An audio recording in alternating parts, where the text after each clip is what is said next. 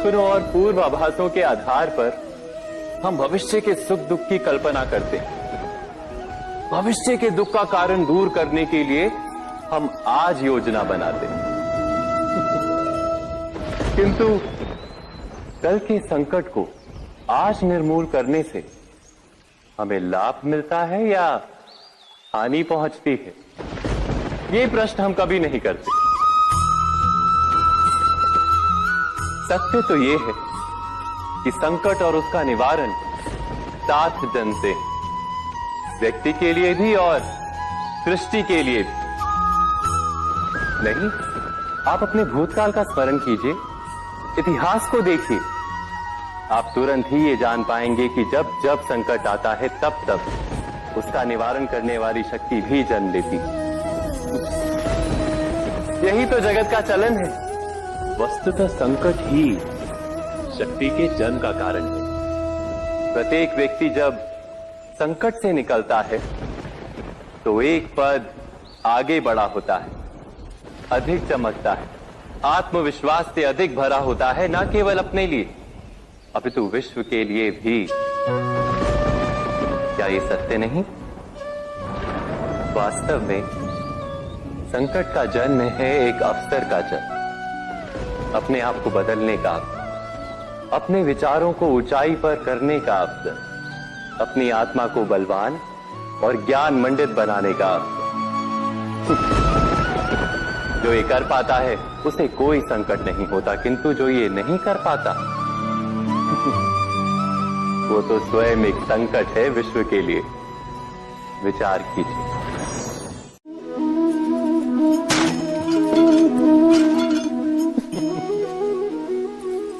कभी कभी कोई घटना मनुष्य के जीवन की सारी योजनाओं को तोड़ देती और मनुष्य उस आघात को अपने जीवन का केंद्र मान लेता।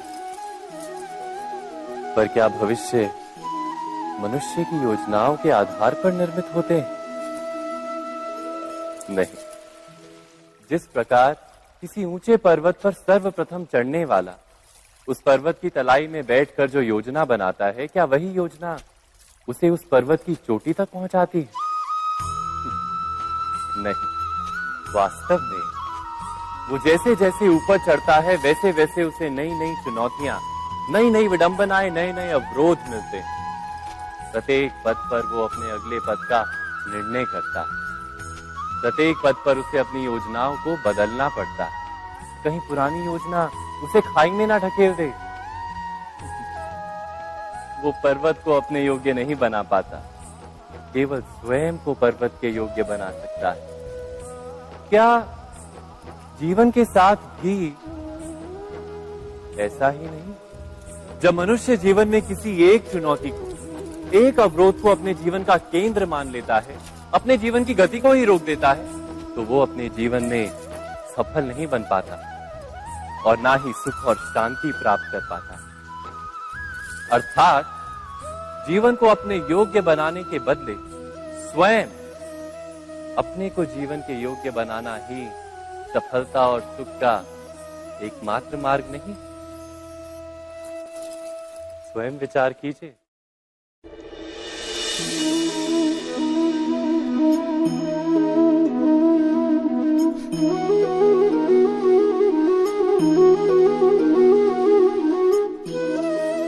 जीवन का हर क्षण निर्णय का क्षण होता है। प्रत्येक पद पर दूसरे पद के विषय में कोई निर्णय करना ही पड़ता है और निर्णय अपना प्रभाव छोड़ जाता है। आज किए गए निर्णय भविष्य में सुख अथवा दुख निर्मित करते हैं, ना केवल अपने लिए, अपने परिवार के लिए भी, आने वाली पीढ़ियों के लिए भी। जब कोई दुविधा सामने आती है तो मन व्याकुल हो जाता है, अनिश्चय से भर जाता है। निर्णय का वो क्षण युद्ध बन जाता है और मन बन जाता है युद्ध भूमि। अधिकतर निर्णय हम दुविधा का उपाय करने के लिए नहीं, केवल मन को शांत करने के लिए लेते हैं। पर क्या कोई दौड़ते हुए भोजन कर सकता है? नहीं। तो क्या युद्ध से जूझता हुआ मन कोई योग्य निर्णय ले पाएगा? वास्तव में शांत मन से जब कोई निर्णय करता है तो अपने लिए सुखद भविष्य बनाता है, किंतु अपने मन को शांत करने के लिए जब कोई निर्णय करता है तो वो व्यक्ति भविष्य में अपने लिए कांटों भरा वृक्ष लगाता है। स्वयं विचार कीजिएगा।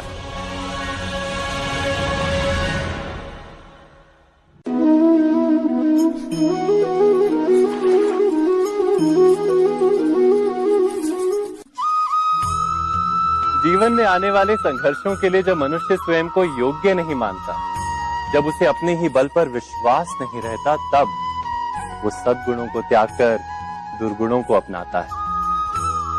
वस्तुतः मनुष्य के जीवन में दुर्जनता जन्म ही तब लेती है जब उसके अंतर में आत्मविश्वास नहीं होता। आत्मविश्वास ही अच्छाई को धारण करता है। ये आत्मविश्वास है क्या?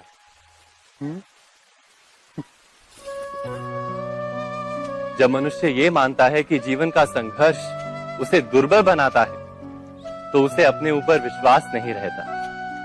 वो संघर्ष के पार जाने के बदले संघर्ष से छूटने के उपाय ढूंढने लगता है। किंतु जब वो ये समझता है कि ये संघर्ष उसे अधिक शक्तिशाली बनाते हैं, ठीक जैसे व्यायाम करने से देह की शक्ति बढ़ती, तो प्रत्येक संघर्ष के साथ उसका उत्साह बढ़ता है। अर्थात आत्मविश्वास और कुछ भी नहीं, मन की स्थिति, जीवन को देखने का दृष्टिकोण मात्र है। और जीवन का दृष्टिकोण तो मनुष्य के अपने वश में होता है। स्वयं विचार कीजिए।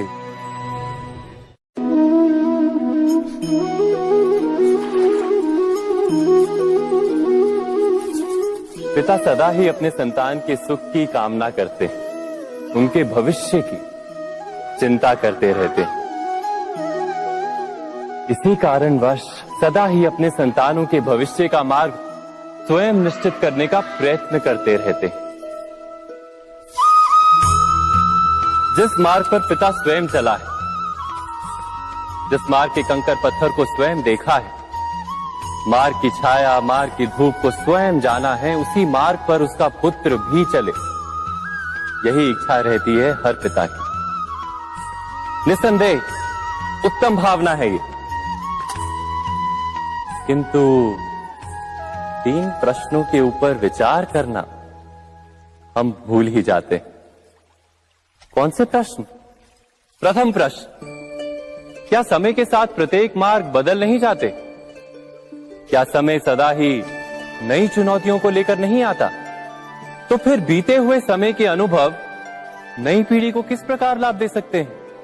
दूसरा प्रश्न, क्या प्रत्येक संतान अपने माता पिता की छवि होता है? हाँ, संतानों को संस्कार तो अवश्य माता पिता देते हैं, किंतु भीतर की क्षमता तो ईश्वर देते हैं। तो जिस मार्ग पर पिता को सफलता मिली है, विश्वास है कि उसी मार्ग पर उसकी संतानों को भी सफलता और सुख प्राप्त होगा। तीसरा प्रश्न, क्या जीवन के संघर्ष और चुनौतियां लाभकारी नहीं होती? क्या प्रत्येक नया प्रश्न एक नए उत्तर का द्वार नहीं खोलता? तो फिर संतानों को नए नए प्रश्नों, संघर्षों और चुनौतियों से दूर रखना, ये उनके लिए लाभ करना कहलाएगा या हानि पहुंचाना? अर्थात जिस प्रकार संतान के भविष्य का निर्माण करने के बदले उसके चरित्र का निर्माण करना श्रेष्ठ है, वैसे ही संतानों के जीवन का मार्ग निश्चित करने के बदले उन्हें नए संघर्षों के साथ जूझने के लिए मनोबल व ज्ञान देना अधिक लाभदायक नहीं होगा? स्वयं विचार कीजिए।